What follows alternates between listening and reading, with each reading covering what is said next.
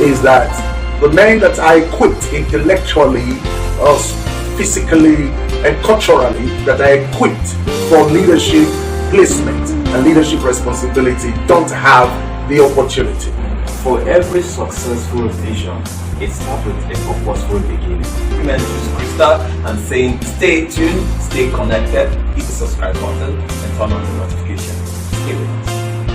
Yes, this is to Leadership Theatre, and like I did tell you in the other videos you possibly have seen, is that Leadership Theatre is a brainchild of Fike Silvanus, who is right here with me, and we did mention of someone young, passionate, a leadership mentor who is also a patron of the Leadership Theatre, and today we are pleased to have him in the person of Pastor Osezua, Pastor Enoch Osezua. Yes, it's good to be here, sir. Thank you. It's my pleasure to be on stage today with journalists and also with the founder of Leadership Theatre. It's a great pleasure, and we hope that this will revolutionize the approach of leadership in our country. Especially, we've been told from childhood that we are the leaders of tomorrow. It's a commonplace, a common word, a common, what can I say, a courageous statement they've been giving us all these years. And at 40, they are still telling us about tomorrow. But I think it's time to start building up our leadership profile, our leadership ethics, our leadership principles, so that when it becomes indispensable for us to pick up the mandates, anywhere we find ourselves, then we can be well equipped for that season that is about hitting us. So welcome on board, and it's going to be a very interesting one. Invite your friends and let them get committed. Thank you. Yes, let them get committed. Hit the like button, subscribe, put the notification on, because Leadership Theatre is always going to be coming your way every week. Every week we'll be discussing issues that pertains to Leadership Theatre. Pastor Enoch just said something, and he said, the tomorrow is now. Yeah. It's now. The tomorrow was good yesterday. It's now. Silvanus. Yes, sir. The tomorrow is now. It's now.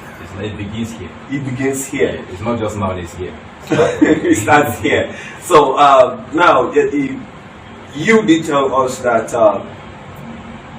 Pastor Enoch is one of the, should I say? He's the patron, the father, the mentor of this leadership journey. Okay, so very interesting. Now I have two strong leadership men on set to tell us about leadership. Now, Pastor Enoch, you have been, you are a youth, and you've been in this country for a while, and you are still here.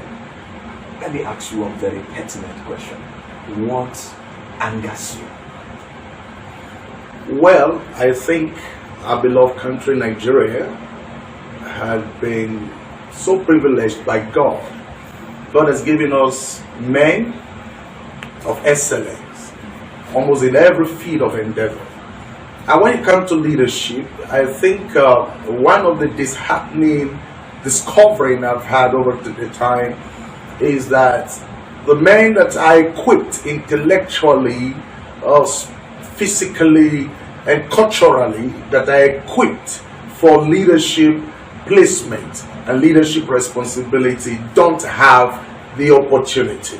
They are not given the opportunity. So I think what angers me the most is this issue of opportunity. But remember, that is when opportunity means with preparation, that success can emerge. Exactly. And so most of us as young people, we are not prepared. We're just looking for what I call the opportunity to lead. And so that is why, as I said earlier, we got to start building our leadership profile, leadership principles, leadership passion, so that when opportunity comes, we can stand distinctively and do things differently from the norm that we have seen over the years. We can stand distinctively and do things differently from the norm. Don't wait for opportunity. prepare for opportunity, right? Yeah, sure. Because opportunity will definitely come. But what matters is how prepared are you when opportunity meets you? Stephen, Yes. what angers you? Well, let me combine this way. The foundation has been laid. Preparation. Before I unravel what angers me in this very great nation, I want to say, for every successful vision, it starts with a purposeful beginning. And I will also say, what we are doing here is one of those purposeful beginnings, whose goals and objective has been let out of the cat has been let out of the box. Now, I want to, just like I in the introductory part of Leadership Theatre said, we work with the government. I want to say this part of purposeful beginning, I captured it through a revelational dimension from the scripture, where Jesus himself, in Matthew chapter 1 in verse 21, the purpose why he was born was so he could redeem mankind from the deprivation the devil has caused him between him and God. And now, that was the purpose he could survive for, which made the people trying to enthrone him king at some point in his reigning on earth, that he fled, because enthroning him king was outside the purpose why he was revealed to mankind on earth in the New Testament. Now, what I'm driving at is to say that as a young person in this country, before you aspire for leadership, seek to figure out the purpose for your configuration on earth at first. Because that is the preparation my mentor just mentioned.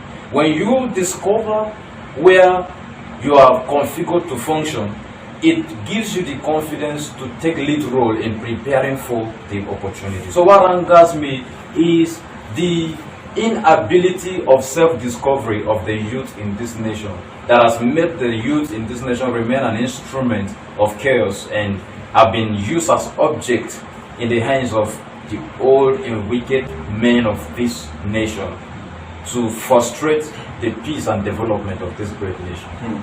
Used as a tool by those who are aging to frustrate the peace. Are you a youth that is being used? Or do you say you are not used? Can you check up and see that you are actually being used? Now, what he just said and what Pastor just said in respect to preparation and purposefulness, I can summarize into 3D. Discover, develop, and deliver. And everything lies on your purpose. So every one of us as young people need to discover our purpose. Now, when you discover that purpose, then you need to develop it. That is where the preparation comes in. It is after the preparation has been done, an opportunity opens the door, then what happens? You will deliver. Pastor Enoch, if you are to talk to people listening to us now, or seeing us, wherever they are, depending on where they are going to, when they are going to see this, what would be your key advice to every young person out there as regards the leadership theatre? Well, I think the leadership theatre has a lot to offer. You'll discover that for yourself. So the first advice I'll give to you is that you should try and always stay connected to this program, so that as information, which the white man said is power, of course, information is power. Ignorance is a weapon. So is also information. So you need information, you need to study, you need to prepare, you need something to provoke you. You got to hear something differently from what you've had before that has kept you at this state of complacency.